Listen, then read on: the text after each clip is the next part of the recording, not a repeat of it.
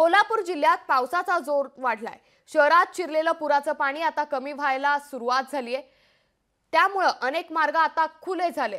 Town hall ते कसबा बावडा या रोडवरील असणाऱ्या जयंती नाला परिसरातील मार्ग हा खुला झाला असल्याने त्या ठिकाणी महानगरपालिकेच्या वतीने साफसफाई मोहीमही राबवण्यात आली। याचा आढावा घेतला आमचे प्रतिनिधी सतेज औंधकर यांनी। दिवसापासून कोल्हापूर जिल्ह्यामध्ये मुसळधार पाऊस कोसळत होता। मात्र गेल्या 48 तासापासून कोल्हापूर जिल्ह्यात पावसानं काहीशी उसंत घेतल्याचं चित्र पाहायला मिळतंय। परिणामी कोल्हापूर शहराला जो पुराचा फटका बसला होता त्यातून आता कोल्हापूरकर सावरताना दिसत आहेत। सध्या पाहून आहात कोल्हापूरचा जो जयंती नाला आहे या परिसरामध्ये याच परिसरात पुराचं पाणी आलेलं होतं आणि मोठ्या प्रमाणावरती पाणी वाढत असल्यामुळे हा रस्ता जो आहे तो बंद करण्यात आलेला होता। मात्र या रस्त्यावरती आता पाणी पूर्णतः उतरलेलं आहे आणि महानगरपालिकेच्या वतीनं साफसफाईची मोहीम आहे ती हाती घेण्यात आलेली आहे आणि या ठिकाणी असलेला कचरा सध्या बाजूला करण्यात आलेला आहे। तर वाहतूक शाखेच्या वतीनं हा मार्ग खुला झाल्यामुळे एकेरी वाहतूक आहे ते सुरू करण्यात आलेली आहे।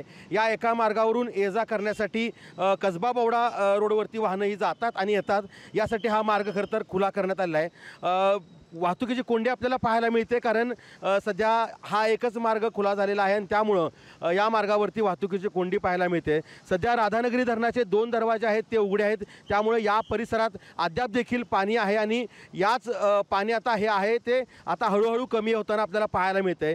तरीही पंचगंगा नदी आहे ती 46 फुटांच्या वरती वाहते आणि 85 बंधारे हे ते अद्याप देखील पाण्याखाली गेल्यानं वाहतूक जी आहे ती हळूहळू विस्कळीत होताना आपल्याला दिसून येते। नवी मुंबई असेल, पिंपरी चिंचवड असेल, ठाणे असेल, या महानगरपालिकांच्या वतीनं स्वच्छता कर्मचाऱ्यांसह जेट मशीन आहेत ते देखील कोल्हापुरात दाखल झाले आहेत। त्यामुळे महापुरानंतर जी परिस्थिती उद्भवते, रोगराई उद्भवते, ही थोपवण्यासाठी खरं तर आता हे सगळे कर्मचारी आपल्याला काम करताना या ठिकाणी दिसून येत आहेत। सतेज औंधकर, लोकशाही मराठी, कोल्हापूर। लोकशाही मराठी, ऐका, पहा, जागरूक रहा।